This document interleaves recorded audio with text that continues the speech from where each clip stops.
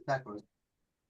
Good morning, everyone. Welcome to Home Insurance Policy Q&A. I invited my insurance people, specialist Alex Kashi and assistant Rosie, to help us better understand our home insurance policy and how do we know if we have sufficient coverage or not. Since this is a hot topic due to the recent fire event, I'm one of the people who called my insurance guy right away and I spent good time with Alex on the phone to help me understand if I have good coverage of my home policy and what do I need to change. So then I thought, why not share this useful information with everyone? So hi, Alex and Rosie. Thank you for joining me today. Of Uh, course, John. Of course. thank you, guys. All right, so let's dive into it. First, go ahead, Rosie, introduce yourself. Tell us more about yourself, about the insurance business, how you've been in Okay. the business. Okay, well, my name is Rosie and I specialize in auto and homeowners insurance. I currently work for Farmers Insurance through Alex Kashi Agency.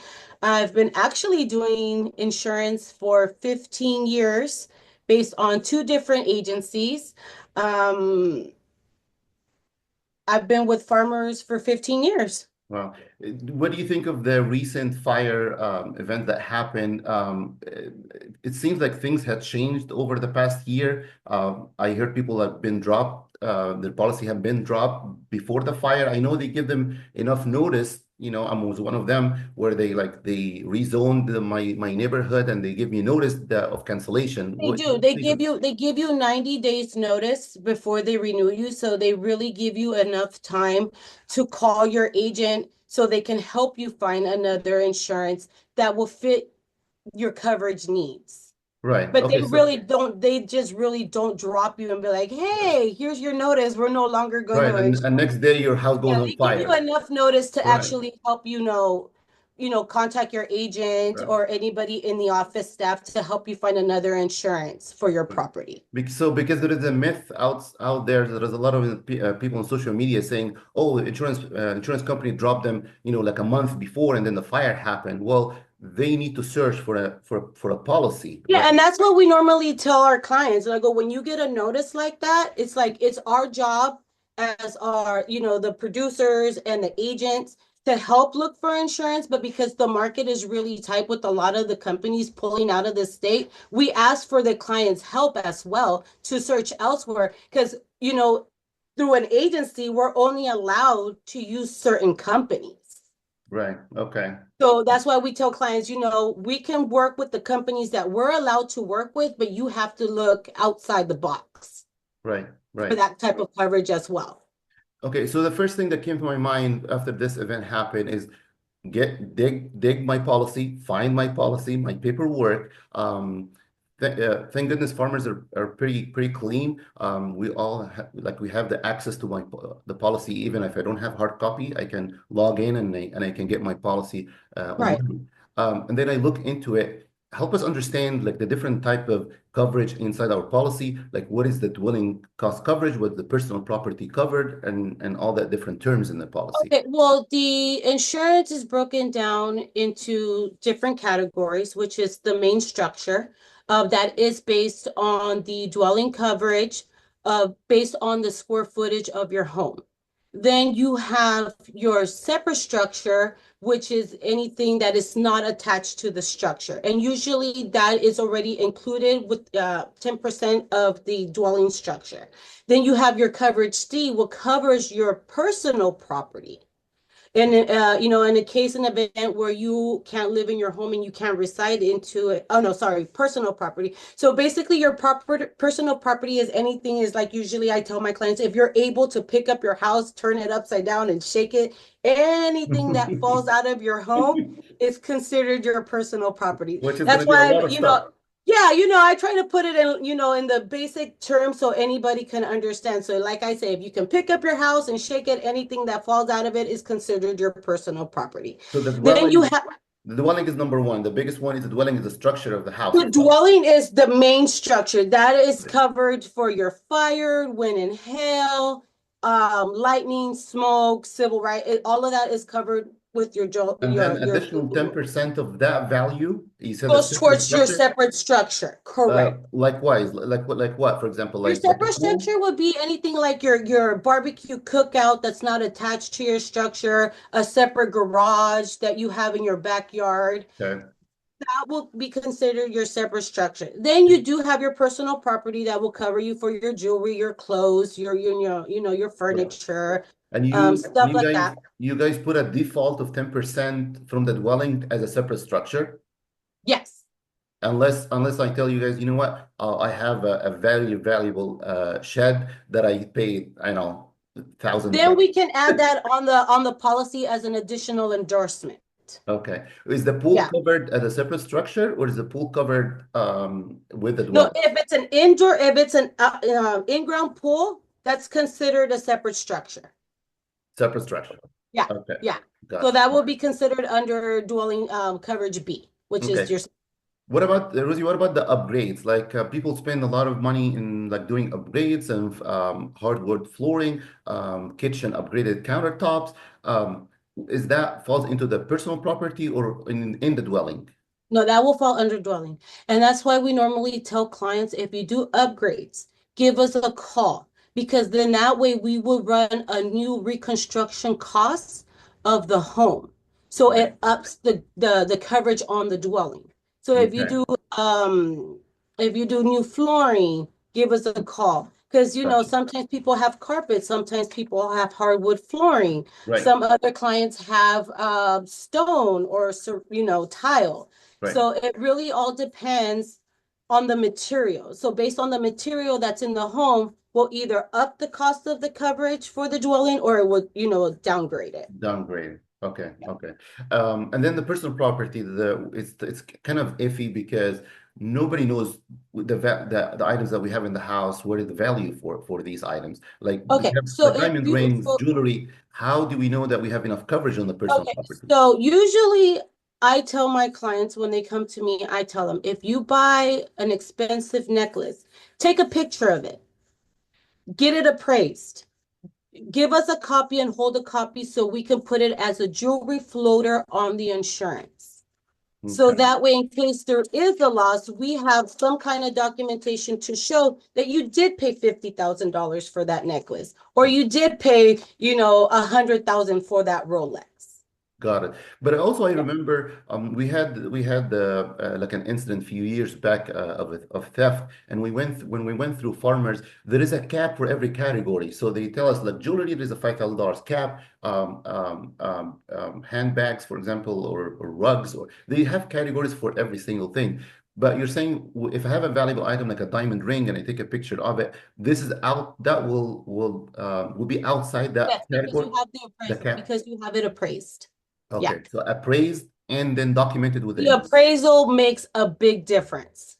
Okay, okay. And probably that makes sense, but then if I were to appraise like my wife's diamond ring and send you guys a picture of it, that means probably my insurance premium will go up, right? It does. It does. It Okay. will go up. Okay. Unless I have time before the fire to collect all the stuff and get out of the house. Exactly. I better do Yeah. that. Okay. Yeah. Okay. All right. So let's say, people go with their insurance person, they quote them, they go with their whatever the quote. How do you give people an advice that you have enough coverage or you don't have enough coverage? How do we know, like, for example, my dwelling replacement cost at 700 or $800,000?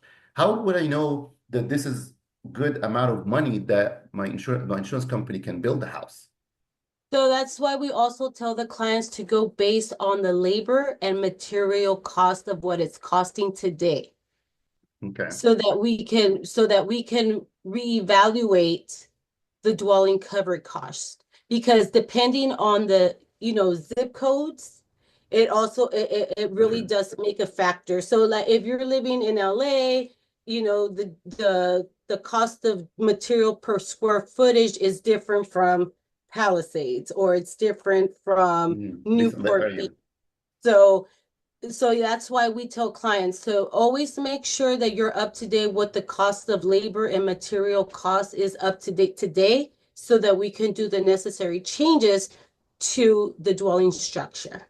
Gotcha, gotcha. Okay. When I remember the insurance company used to send us a notice in the mail asking to increase the dwelling cost.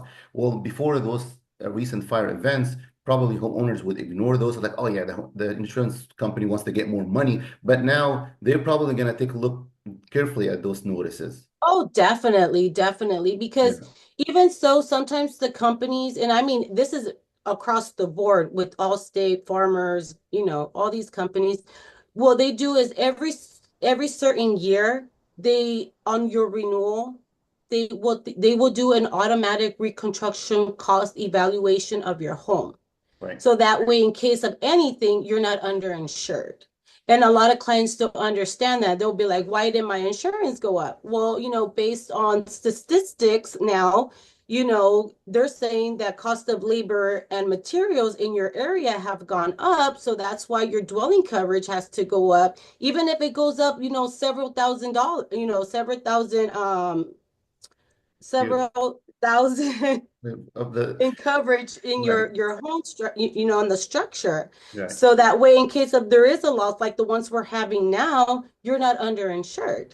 Right. But here's the thing that I've noticed, and I'm sure everybody on the same page with me. It seems like insurance companies had some of the companies had left California, or they don't want to do business in California, and that Yeah. caused, and over the past year, that caused the policies, insurance policies, to go up on everyone, whether cars or homes. So what do you think of that?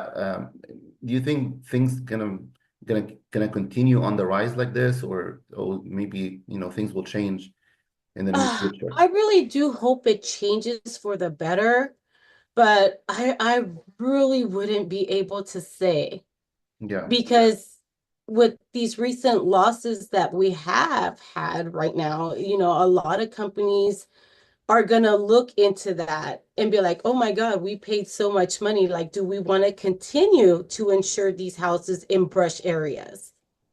it's crazy. So So, you guys are based in LA, so I'm sure you have before we started the meeting, you mentioned that you started getting claims from homeowners in LA. So well, people, no, more in the Palisades area, in the Altadena area, okay, and these people lost their homes? completely, Wow. completely done straight to just straight land. And they were insured by farmers. Some were insured through farmers and some were insured through California Fair Plan because, Okay. like I said, some of these clients got renewal notices, and the only market that we were able to find for them at the time was California Fair Plan. Is California, I had some people asking me, and I'm on the same page. Is California Fair Plan is a government plan? Is it a good plan? I mean, It's considering our last resort, and that's that's the what, last place where we want to place any clients right. for But if you don't have an homeowners. option, well, and then we'll see on those events how it's gonna turn out. So they already started their claim, but we don't know yet how long it's gonna take them to build their house and all that stuff. So Exactly. Exactly. it's still early. It's still too early to tell, John. Is there a kind of does the policy include any kind of coverage for them to be able to rent or to go somewhere else? Full fair value? Yeah, all policies have that depending on what the need of the client is. I mean, some clients choose not to have fair rental value because either they have uh, a vacation home, a seasonal home where they can stay at in case of a Right. loss. But most of the policies, well, I can't say most, all policies carry fair rental value. So Okay, in so case that's the your important home is thing. not livable, then Okay. they'll pay you for your expenses for not being able to reside in your home at the Okay. time. So this is the important part to note is the fair rental value. You have to look at your policy. You have that fair rental value just in case, and it's not just a fire. Let's say that you have a water damage and you need to leave your house. Hmm. You cannot live Correct. in your house. So you have to have that in your policy. They're very interesting. Very Yeah. interesting. Yeah. Right. Thank you, Rosie. I appreciate you guys for all Oh, the you're insight. welcome, John. It's my pleasure.